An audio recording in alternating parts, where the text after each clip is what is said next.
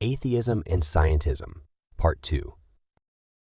There's more to scientism than just believing science is the only way to knowledge.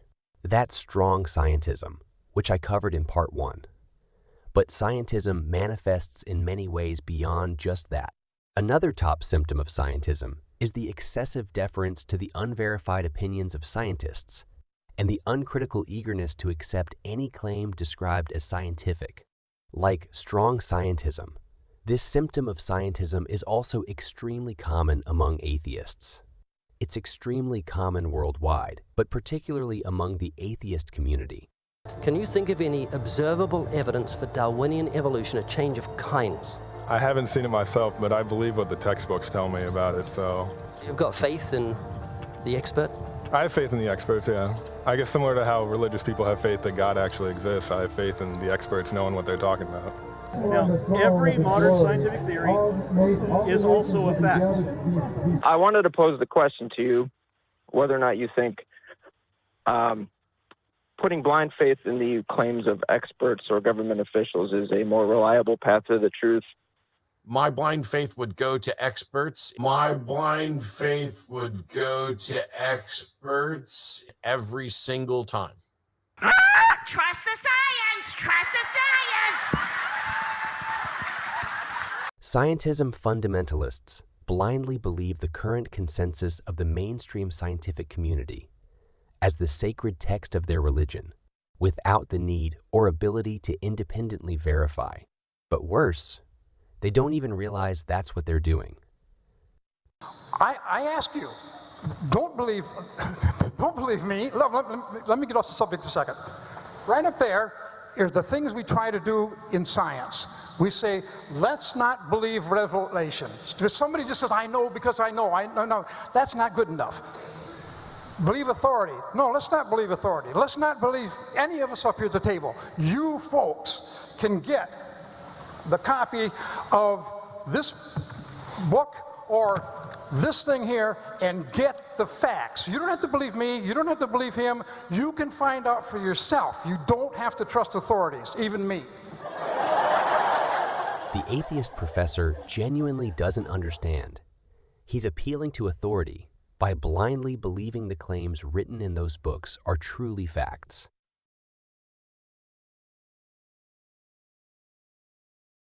What is science? People talk glibly about science. What is science? People coming out of a university with a master's degree or a PhD, you take them into the field and they literally don't believe anything unless there's a peer-reviewed paper. It's the only thing they accept. And you say to them, but let's observe, let's think, let's discuss. They don't do it. It's just, is it in a peer-reviewed paper or not? That's their view of science. I think it's pathetic. Gone into universities as bright young people, they come out of them brain dead, not even knowing what science means. They think it means peer-reviewed papers, etc. No, that's academia. And if a paper is peer-reviewed, it means everybody thought the same, therefore they approved it. An unintended consequence is that when new knowledge emerges, new scientific insights, they can never, ever be peer-reviewed. So we're blocking all new advances in science that are big advances. If you look at the breakthroughs in science, almost always they don't come from the center of that profession. They come from the fringe. People who see it differently. The finest candle makers in the world couldn't even think of electric lights. They don't come from within, they often come from outside the breaks. We're going to kill ourselves because of stupidity. Typical atheist rebuttal. What are you, a conspiracy spirit? What are you into, conspiracies? If that's something you'd say, you have issues with scientism, because corruption is one of the known limitations of the scientific method. So is pre-existing bias of the scientists themselves. So you can't just hand-wave dismiss claims of corruption or bias to pretend like the current consensus is beyond question. Anything within the current consensus could be wrong if any of the limitations of the scientific method applied to how it was formed. When people leave the limitations of the scientific method out of their reasoning process like that, that's precisely what scientism is.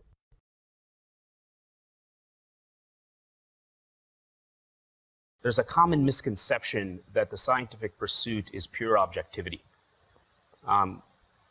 particularly when it comes to doing science to investigate things you cannot see. I do that every day. There's a diverse kinds of scientists that are investigating things that you cannot directly observe. How deep is the ocean floor, right? What are the mechanisms of speciation, X billion years ago? These are clearly not things that we can directly observe. And so what is it that we're doing as scientists? We are making observations and generating hypotheses, doing tests, making observations, all the classical things. But fundamentally what we're doing is accumulating evidence in favor of one model or the other. And so when we sit down to try to uncover a particular biological phenomenon or answer a biological question, there are any number of models that might explain that, right? And our job is to accumulate evidence that either supports or refutes one model over another. Have you ever seen an evolutionist give a single example of empirical sense datum to verify their model over the YEK model? No one has. All empirical sense data presented in support of their model also fits the competing YEK model. So they just appeal to authority fallaciously. I put up the National Academy of Science, right? Excuse me. Did you see my citation on the screen of the National Academy of Science declaring that evolution is a fact, right? National Academy of Science says evolution is a fact. Right. He's done. He's done. Me. You won. You honestly think you won? Absolutely, yes. Why does he think he won? Because his authority said so. You honestly think you won? Absolutely, yes. No weighing one model over the other with empirical evidence. No critical thought or argumentation. It's just the National Academy of Sciences said evolution is a fact. So I win. National Academy of Science says evolution is a fact. Right. He's done. He's done. Me. And so I think it is important that we are careful in thinking that science is pure objectivity and everything else is just subjective, right? We're not necessarily proving anything the way that you might in theoretical mathematics, right? It often feels like a proof because it's extremely convincing, but it's not technically a proof. Right? Yeah. So I think it is important to make that point. The second thing I would mention is that, and Roald has written elegantly about this, there are other ways of knowing, right? So there are different kinds of ways of knowing. So science isn't the only way of knowing. How else can we know? Reason and logic. Reason and logic can be applied within philosophy to obtain knowledge beyond the limits of what science can verify. There are other ways of knowing. Finally, someone who actually understands the basics of science and philosophy. Now, back to atheists. If you shoot these down, though, then the next argument they come up is very predictable. It's the dirty word of scientism. We are accused of scientism. Scientism is this idea that science is the only reliable guide to truth. That there's nothing in the world but science. And you know, the sad thing is, I really kind of feel that's true.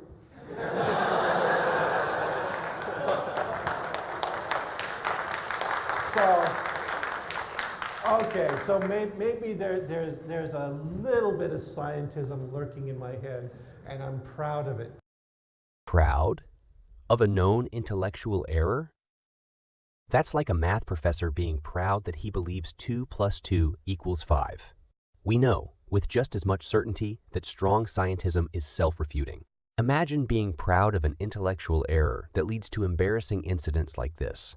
I am going to give them the opportunity to show that they're wrong, and so that will be my rejoinder to so what? It will be, show me, dude. Don't just flap the lips, show me. Here it is, folks. Here it is, show me. Anybody, Bueller. Go ahead, you laugh, you're laughing at yourselves because there's not a single one of you who has the decency to admit that that's nonsense or the decency to actually show what you believe. Every single one of you knows that it is nonsense. And if you don't, show me. Don't just sat there going, yap, yap, yap, yap, yap. Show me, show me, show me, show me. Anybody, show us, show us. Show me. Sorry, You've seen miracles. Show me, show me, show me. What you got, dude? Sir, what you got? You are the most angry man I've ever met. Ad I feel for hominems you. are I irrelevant. really feel sorry for you. The work you do is great, but there's such a heart of hatred and anger. Show some respect to this man. Back up. Show me. Show some respect. Don't worry about it. Don't worry about it. Don't worry about it. Could I suggest something? Show me. You are so ignorant of the Bible. It is astonishing. Show me. As a man of knowledge. Show me. If that's all you can do, you are proving my point for me right now. There is no interaction from the other side with anything that we have said in regards to the coherence of worldviews. His interlocutors were trying to show him God exists. His scientism just causes him to ignore the philosophical proof. Next, watch what they do when we call out their scientism. They try to act like they actually do understand one of the limits of science, as if to argue. See, I don't have issues with scientism, but the moment their beliefs are questioned, they revert right back to pretending science has no limits. Science is prohibited from ever proving anything true. Because if you have to be open. You have to be open to the possibility that you don't know everything. Because if you don't, it stops. Science will stop. So you can't ever prove anything to be true. There's no way you can prove that we came from an ape. I can definitely prove right here, standing on the sidewalk within 5 minutes, that you are an ape. Right now. I can prove it right now. There is not. Can I get him down the street? There is so much evidence, you wouldn't believe how much of it, and I can present a lot of it to you right now in 5 minutes. We don't have to go into other things that would take. Can we walk and get him down? This I can prove right now. Their egos are their own worst enemies. Self-defense mechanisms like that block any possibility of intellectual progress. Watch again as Aaron preemptively tries another self-defense mechanism for a critique he knows is coming, contradicting himself again. Okay, so again, just to clarify, when you say there's no possibility that there's a God, are you certain there is no God? Aaron is aware atheism doesn't allow for absolute knowledge, so he denies that explicitly. But he doesn't want to budge on his stance, so he merely changes the phraseology while repeating the same propositional content implicitly to semantically tap dance around the issue. I know that there's no God, yes. I can't claim absolute knowledge, but I'm pretty damn confident because there is, in fact, no possibility of God. Please, no! No! No! No! Okay, so you can't claim absolute knowledge, but there's no possibility of a God. Right. Can you present a possibility? Aaron, if I You may. understand that in order to say whether something is possible, we have to have a precedent or a parallel or a verified phenomenon indicating that such possibility exists. We can't honestly say that something is possible if we can't show that possibility. So if you can show that possibility, then I would concede that there is a possibility. But until then, there is not. Can atheists show a precedent, a parallel, or a verified phenomenon indicating any non-theistic worldview is possible? Of course not. That's an expectation in scientific debates, not philosophical worldview debates.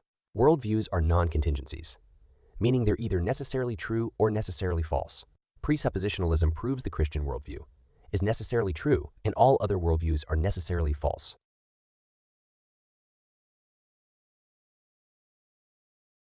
You're kind of describing to a degree natural selection. If we went to a car factory and we took out all the kinks, all the bad things in the car assembly line, after we got everything that was wrong with the car assembly, how many runs would we have to wait until finally they produced an airplane? You can't turn a car into an airplane. Yes, you can't turn one thing into another. Yes, you can turn a car into an airplane. Already? Through natural selection, a car could turn into an airplane. Yes, it could. Okay. Why is that funny? That's science. The mathematical probability that random mutation produce complex living organisms from simpler chemical forms is in fact infinitesimally small. There is zero doubt we have the intellectual upper hand, Christians. Don't let them deceive you into thinking otherwise for a moment with their narcissistic blame-shifting, gaslighting, and self-defense mechanisms. Don't waste any more of your time worrying about whether or not you are the bad guy to those narcissistic family members or those narcissistic people that you've been dealing with in your life. You are the bad guy. Be the bad guy. Embrace being the bad guy. Here's the thing about being the bad guy. In the Bible, Jesus was the bad guy to the Pharisees and the Sadducees, was he not? God is the bad guy to the devil, as well as to the atheists and whatever else are running around here on this earth. If you're not the bad guy to these people, then you are all things to all people, which means you're a bad guy to yourself. You're an enemy to yourself because you have no truth that you're standing for. It's better to be the bad person to those narcissistic people you have no business being with than to try to be all things to them and end up being a bad guy to yourself and an enemy to yourself.